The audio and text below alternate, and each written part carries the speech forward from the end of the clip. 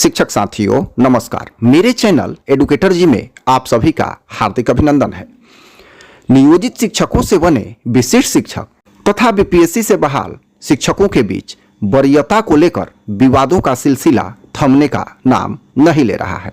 आइए इस वीडियो में यह देखते हैं कि माननीय शिक्षा मंत्री ने इस विवाद के ऊपर क्या कुछ कहा है, क्या कुछ सुधार करने की बात कर रहे हैं। आइए जानते हैं। हम लोग सभी जानते हैं यहाँ तीन लोकतांत्रिक ढांचे में तीन तरह की सरकार है, केंद्र सरकार, राज्य सरकार और लोकल गवर्नमेंट, स्थानीय स्वशासन की सरकार।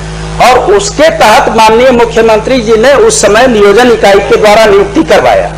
जो माननीय सदस्य का सवाल है वह इसलिए भी अनिवार्य है और अपरिहार्य है कि उन्हीं शिक्षकों के अनुभव के आधार पर सरकारी विद्यालयों में प्रधानाध्यापक के रूप में नियुक्ति की गई, प्रधान अध्यापक के रूप में नियुक्ति की गई, शिक्षण प्रशिक्षण महाविद्यालय में व्याख्याता के रूप में नियुक्ति की गई। उसमें आप उनका अनुभव मान रहे हैं। राज्य सेवा संवर्ग के भी कोई अगर भारतीय प्रशासनिक सेवा में जाते हैं तो वो सरकार स्टेट टू सेंटर होता है, सेंटर टू सेंटर होता है, तो लोकल गवर्नमेंट टू स्टेट क्यों नहीं हो सकता है? इतने दिन की सेवा, वो भी नियमित सेवा। मुख्यमंत्री महोदय ने पहले वो ठेके पर थे नियुक्त, कॉन्ट्रैक्ट पर, और मुख्यमंत्री महोदय ने 60 वर्ष की सेवा उनकी भी की जितनी सरकारी कर्मियों की, सरकारी शिक्षकों की सेवा की।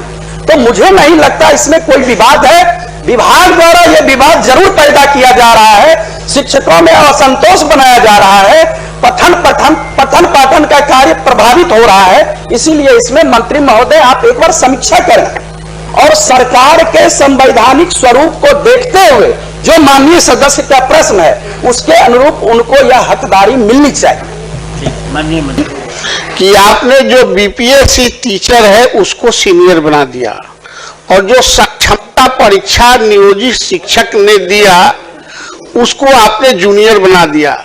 तो जो सक्षमता परीक्षा दिया है वो 15 साल, 10 साल, 17 साल, 18 साल तक लगातार वो कार्य करता रहा शिक्षण संस्थानों में, और उसके 15 साल, 18 साल के निरंतरता आप नहीं जोड़ेंगे तो वह डिमोरलाइज फील करते हैं। और दुनिया में कहीं ऐसा नहीं है कि एक ही काम में हम लगे रहे हों और हमको वरीयता का लाभ नहीं मिले। जहाँ तक शिक्षकों के वेलफेयर का प्रश्न है या फिर शिक्षा जगत में जितनी सुधार हुए हैं, अगर उसमें डिटेल में जाएंगे समय लगेगा, लेकिन ये कहना कि शिक्षकों के विरुद्ध है सरकार या उनका ख्याल नहीं रख रही है, सही नहीं है।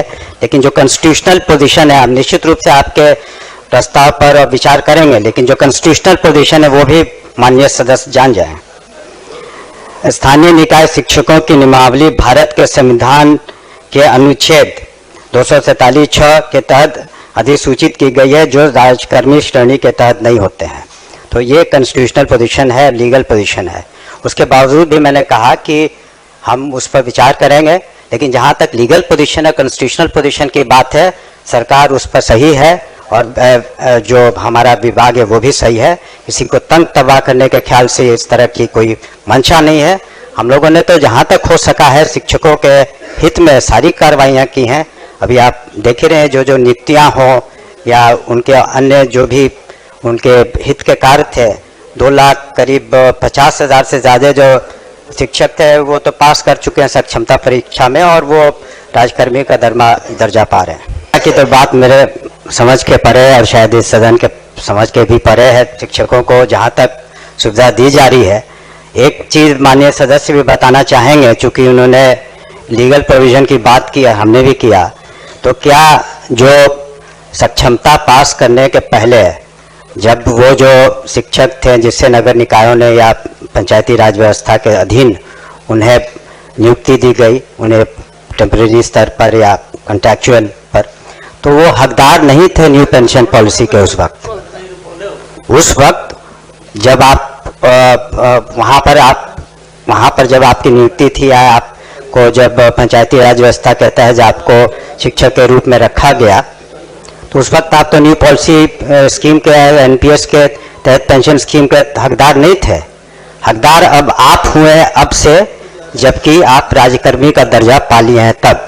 तो इसलिए प्रताड़ना की कहाँ से बात हो रही है? वो तो उनके सुविधा के लिए हम लोग ने सक्षमता परीक्षा की और उसको हम लोगों ने राजकर्मी का दर्जा दिया।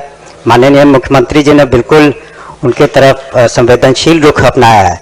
जहाँ तक ये प्रश्न है, उन्होंने कहा कि सेवा जो उन्होंने दी है राज्य को और अपने अपने संस्थाओं में, उस पर हम विचार जरूर कर लेंगे, लेकिन कानूनन रूप से इसकी बाध्यता नहीं है, लेकिन फिर भी हम संवेदनशील होकर उस पर पुनः विचार करेंगे।